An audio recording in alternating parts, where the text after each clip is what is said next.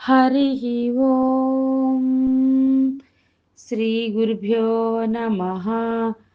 హరిః ఓం. వాక్య విభూతి అనే శీర్షికలో భగవాన్ శ్రీ సత్యసాయిబాబా వారి ఉపదేశము తెలుసుకుందాం. సాయి శరణం, బాబా శరణం.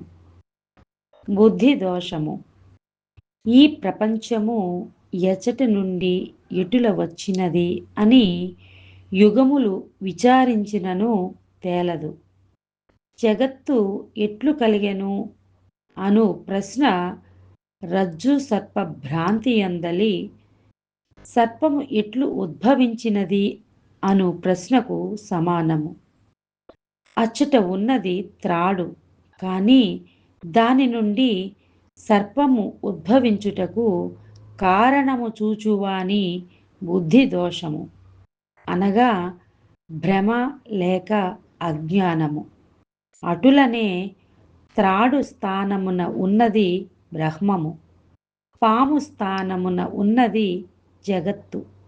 అనగా మనము భ్రాంతి వలన బ్రహ్మమునే జగత్తుగా తలచి వ్యవహరించుచున్నాము. ఇది కూడా చూచునట్టివాని బుద్ధి దోషమనక తప్పదు. ఒక వస్తువును మరొక వస్తువుగా చూచుట బుద్ధి దోషమని తేలుచున్నది. బుద్ధి దోషము వలన, భ్రాంతి వలన జనించిన విషయమెన్నటికీ సత్యము కాదు. భ్రాంతి నశించిన తజ్జనిత విషయము కూడా నశించును, యథార్థము గోచరించును.